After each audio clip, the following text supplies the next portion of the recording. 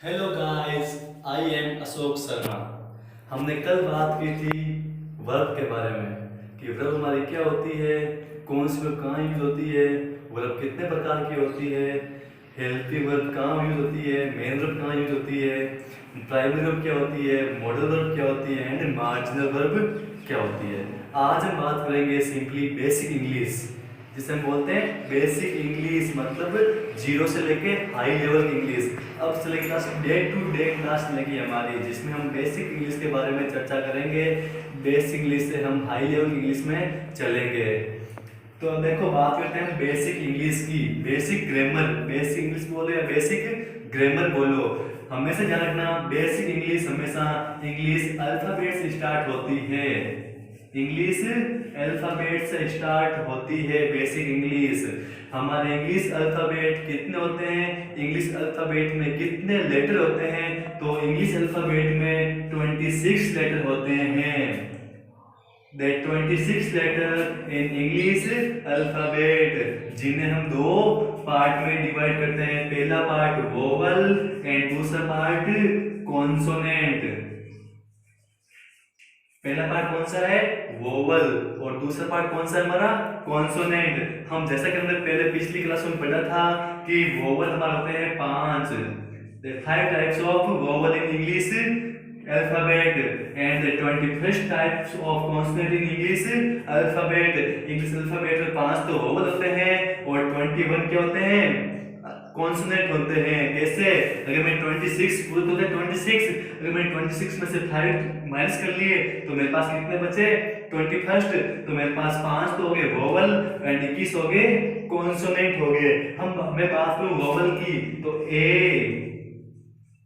E, I, O, you, A, E, I, O, you, ये क्या होते हैं हमारे, वोवल होते हैं। वोवल जिनको हम किसी भी लेटर के साथ ऐड करते हैं ना तो हमें एक परफेक्ट वर्ड मिलता है। तो अभी तक हमने पढ़ा there are 5 types of vowel and there are 21st type of consonant, और इन दोनों से मिलकर हमारी इंग्लिश अल्फाबेट पूरी होती है।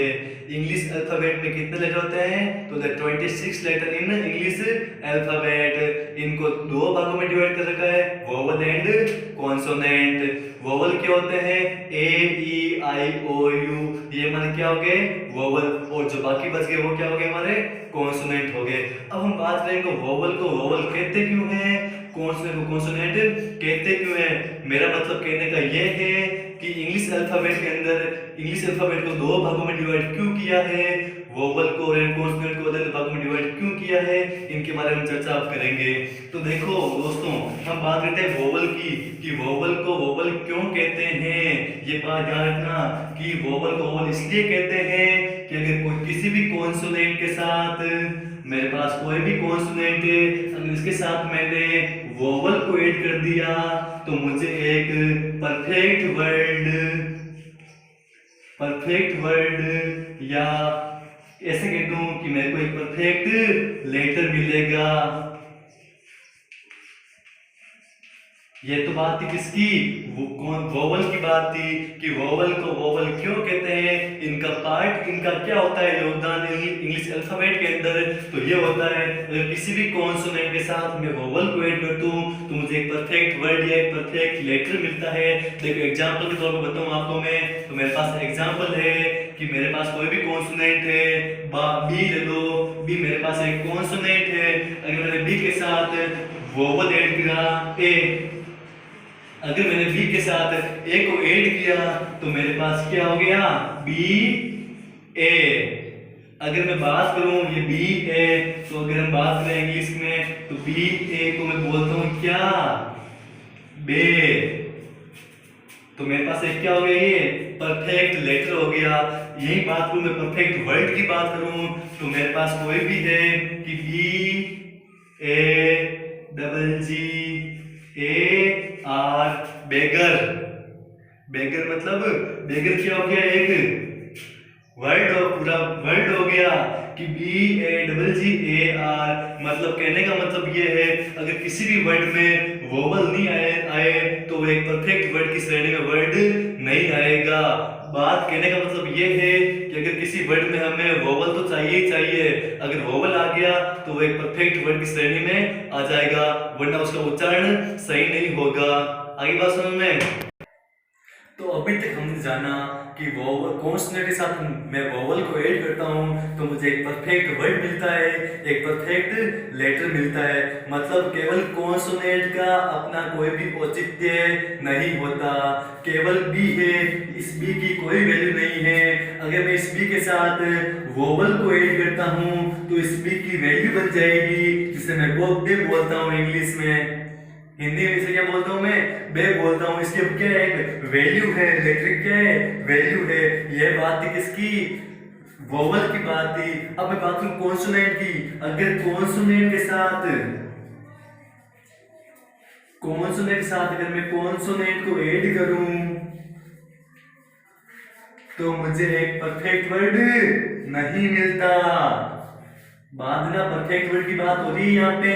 अगर कॉन्सोनेंट के साथ मैं अगर कॉन्सोनेंट को ऐड करूं तो मुझे एक परफेक्ट वर्ड नहीं मिलता, परफेक्ट वर्ड नहीं मिलता। ये क्या इसकी नॉलेज है ये कि अगर कॉन्सोनेंट को कॉन्सोनेंट के साथ ऐड करता हूं तो मुझे परफेक्ट वर्ड नहीं मिलता। एग्जांपल देखना दोस्तों, जाना एग्जांपल देखो। एग्जांपल की बात करूं मैं, मेरे पास बी क्या है? एक कॉन्सोनेंट है, और मेरे पास एफ क्या है? बी क्या है? एक और दूसरा कॉन्सोनेंट है। इनको मैं ऐड करूं तो बी बी हो जाएगा। क्या बी किसी वर्ड की वैल्यू होती है? बी कोई वर्ड होता है? नहीं होता ना। मतलब consonant plus consonant is not equal to perfect word, and consonant plus vowel is equal to perfect word. ये होती वैल्यू किसकी? वोवल एंड कॉन्सोनेंट की। तो अब मैं आपसे क्वेश्चन पूछूं कि what is the difference between vowel and consonant? तो सिंपल आंसर है हमारा कि कॉन्सोनेंट के साथ अगर मैं वोवल को ऐड करूं तो मुझे एक परफेक्ट लेटर या एक परफेक्ट वर्ड मिलता है केवल, और किसी भी कॉन्सोनेंट के साथ कॉन्सोनेंट को ऐड करूं तो मुझे एक परफेक्ट वर्ड नहीं मिलता।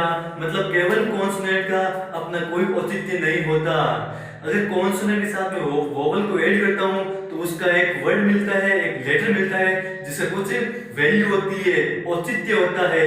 यही बात मैं आपको बताने की ट्राई कर रहा था। आशा करता हूं कि आपको ये वीडियो पसंद आएगी, और तब मिलेंगे एक बेहतरीन वीडियो के साथ। आज के लिए, अभी के लिए, घड़ी घड़ी खम्मा, राम राम सा।